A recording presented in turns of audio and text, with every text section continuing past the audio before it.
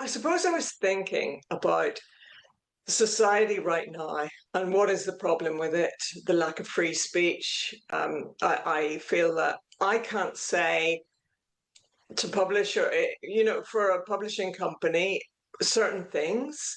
And I feel that I really wanted to express things that I feel about society right now being repressed.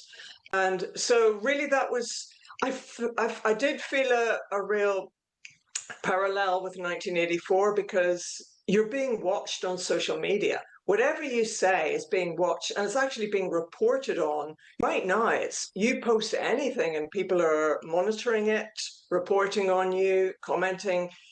You can't escape that. And I just think it's a very kind of unliberating society to be in. But also, yeah, I mean, I really wanted to write something that was so contemporary and yeah, because I'd been to Ukraine, that's another huge aspect of this book.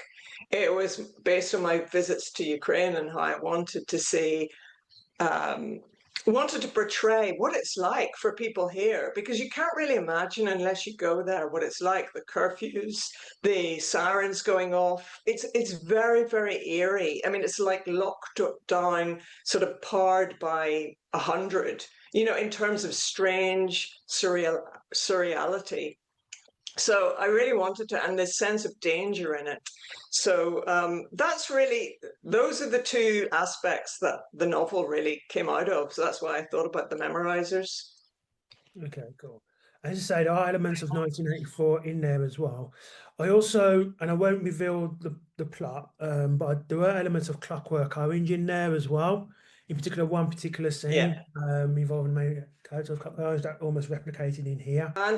But I mean, mine is also very much about language and about language control. Mine is about dialect and the control of that and how it's about the whole Americanization of language in that way. The Handmaid's Tale is a totally big influence because not so much the book itself, but the ending. I kind of adapted part of her ending. And oh, and by the way, there is nothing wrong with using what has come before in dystopian novels. Um, Oscar Wilde said the true writer annexes everything.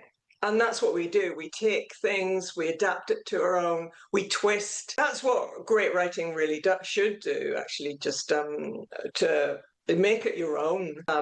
Brave New World is another one about just all the different aspects in the novel of the modernity and yet kind of an old-fashioned feel, which also you get from Ukraine in terms of the old buildings, the high-rise apartment blocks. I mean, in Northern Ireland, we call them the disappeared, the people who were buried in bogs. They were shot dead, informers usually, but sometimes just they had a suspicion about somebody, no proof, and the IRA shot them and buried them. So we have our own disappeared. So I use a lot of echoes that have happened in Northern Ireland in this. I mean, one of the books that the central character finds, Joe Elliott finds a book that was about the peace process, but had been destroyed because the government doesn't want the idea of peace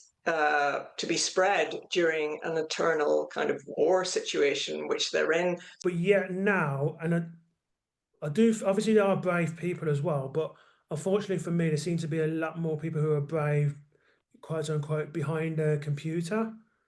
Whereas there's not that many, I don't think, brave outside of it. Would that be a fair assessment to make? The keyboard warriors are out in their legions and they often hide behind assumed names. And yeah, that whole the person of action really as a hero has gone today. Yeah, that we're expected to be behind our computers all the time and living virtual lives.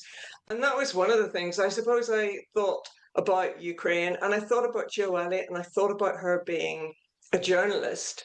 A journalist can't totally hide behind a screen. They have to be one. If you're going to report on the truth, as we know right now, it's very hard. I mean, journalists are being targeted in Gaza as we speak, and there's things like that are happening right now. But so I thought it was very relevant to have somebody of action, a warrioress, really, who is out there trying to seek the truth.